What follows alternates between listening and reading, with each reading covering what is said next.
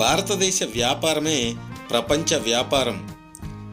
18వ శతాబ్దం నాటికి భారతదేశంలోని మహా సామ్రాజ్యాలన్నీ పతనమై క్రమంగా చిన్న రాజ్యాలు ఏర్పడ్డాయి.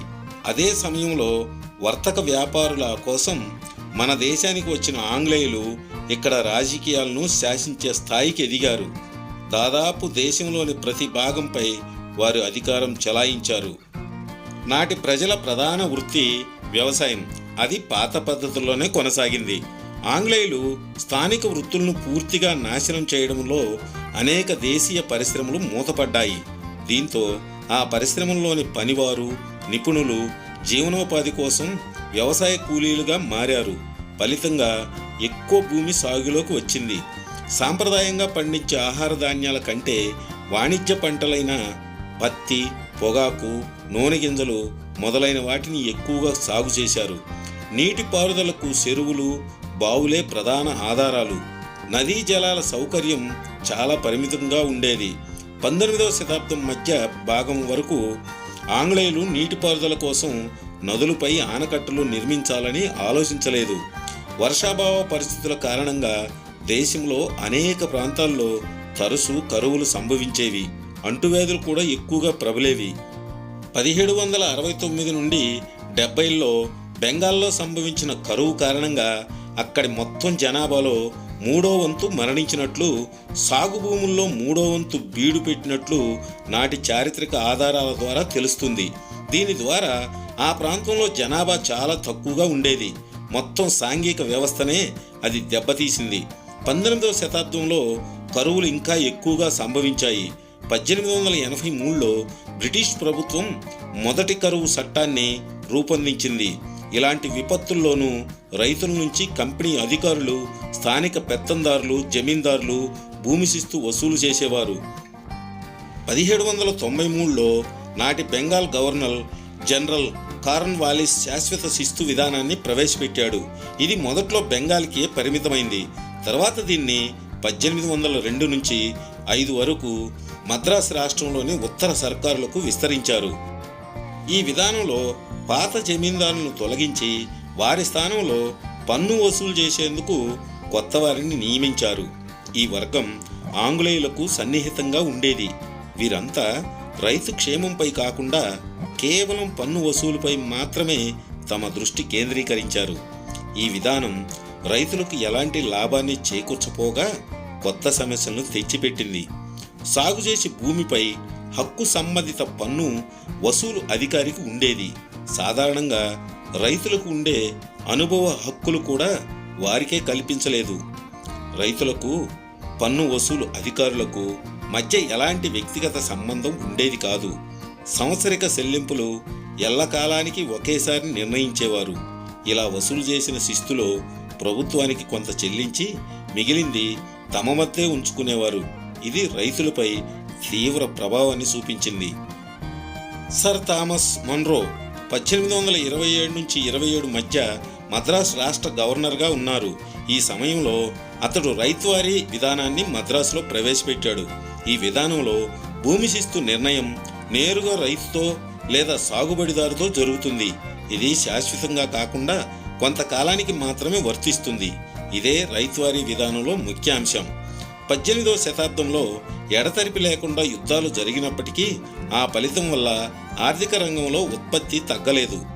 నూలు, పట్టు వస్త్రాలు, చక్కెర, జనపనార, కాలంకారీ, ఆయుధాల తయారీ, లోహాలతో ఇతర వస్తువుల తయారీ, ఉప్పు, నూనెలు మొదలైన వాటి ఉత్పత్తిలో భారతదేశం అగ్రస్థానంలో ఉండేది. పడవల తయారీ కూడా ఎక్కువగా చేసేవారు. 18వ శతాబ్ద ప్రారంభంలో దేశంలో వ్యవసాయం, చేతి పరిశ్రమల ఉత్పత్తి తగ్గలేదు. బ్రిటిష్ వారు భారత్ను పూర్తిగా తమ ఆధీనంలోకి తీసుకున్నాకే అవి దిగజారాయి. 18వ శతాబ్దంలోనూ సమాజంలో కుల వ్యవస్థ కీలకంగా ఉండేది. మహమ్మదీయుల్లో షియా, సున్నీ అనే విభజన కాకుండా జాతి, సమాజంలో స్థాయిని బట్టి వివిధ వర్గాలుగా ఏర్పడ్డారు. బాల్య వివాహాలు ఉండేవి. ఉత్తర భారతదేశంలో సతీ సహగమనం ఎక్కువగా ఉండేది. దక్షిణ భారతదేశంలో హిందూ వితంతువుల పరిస్థితి దయనీయంగా ఉండేది. 18వ శతాబ్దంలో ప్రాథమిక విద్య విస్తృతంగా వ్యాపించింది. బ్రిటిష్ వారి కాలంలో కంటే ఆ కాలంలో సగటు అక్షరాస్యత ఎక్కువగా ఉంది. ఉన్నత వర్గాలకు చెందిన స్త్రీ పురుషులు మాత్రమే ఉన్నత విద్యను అభ్యసించేవారు. సమాజంలో ఉపాధ్యాయులకు గౌరవం ఉండేది. స్త్రీ విద్య అభివృద్ధి చెందలేదు. రాజులు, ధనవంతులైన జమీందారులు, నవాబులు ఉన్నత విద్యా కేంద్రాలకు ఆర్థిక సహాయం చేసేవారు. హిందువుల్లో ఉన్నత విద్య ఎక్కువగా సంస్కృత భాషలో ఉండేది. దీన్ని బ్రాహ్మణులే ఎక్కువగా నేర్చుకునేవారు. మహమ్మదీలు పర్షియన్ భాషలో ఉన్నత విద్య అభ్యసించేవారు. సంప్రదాయ మత విద్య, శాస్త్ర విద్య బ్రాహ్మణులకు మాత్రమే పరిమితమై ఉండేది. 1835లో విలియం బెంటిక్ పర్షియన్ భాష స్థానంలో ఇంగ్లీషు, ఇతర దేశ భాషలను ప్రవేశపెట్టాడు. అప్పటి వరకు భారతదేశమంతా ఆస్థాన భాషగా, ఉన్నత న్యాయస్థాన వ్యవహారాలకు సంబంధించిన భాషగా పర్షియన్ ఉండేది. మొదట్లో ఈస్ట్ ఇండియా కంపెనీ ప్రాచీన విద్యనే ప్రోత్సహించింది. 1781లో మొదటి గవర్నర్ జనరల్ వారన్ హేస్టింగ్స్ అరబ్బీ, పర్షియన్ భాషల అధ్యయనం కోసం కలకత్తాలో మదరసాను స్థాపించాడు. ఇతడు పర్షియన్, బెంగాలీ, ఉర్దూ భాషలు నేర్చుకుని భారతీయ సంస్కృతిపై అధ్యయనం చేశాడు. బొంబాయి గవర్నర్గా ఉన్న జోనాథన్ డంకన్ 1794లో వారణాసిలో సంస్కృత కళాశాలను ఏర్పాటు చేశాడు. నాటి సుప్రీంకోర్టు ప్రధాన న్యాయమూర్తి సర్ విలియం జోన్స్ను ఏషియాటిక్ సొసైటీ ఆఫ్ బెంగాల్ను స్థాపించాల్సిందిగా హేస్టింగ్స్ ప్రోత్సహించాడు. కాళిదాసు రచించిన సంస్కృత నాటకం అభిజ్ఞాన శాకుంతలాన్ని జోన్స్ ఆంగ్ల భాషలోకి అనువదించాడు. సర్ చార్లెస్ విల్కిన్స్ అనే ఇంగ్లాండ్ టైపోగ్రాఫర్ భగవద్గీతను సంస్కృతం నుంచి ఆంగ్లంలోకి అనువదించాడు. అస్థిర రాజకీయ పరిస్థితులు, క్షీణిస్తున్న ఆర్థిక పరిస్థితుల కారణంగా నాటి సాధారణ సాంస్కృతిక జీవనం బాగా దెబ్బతింది.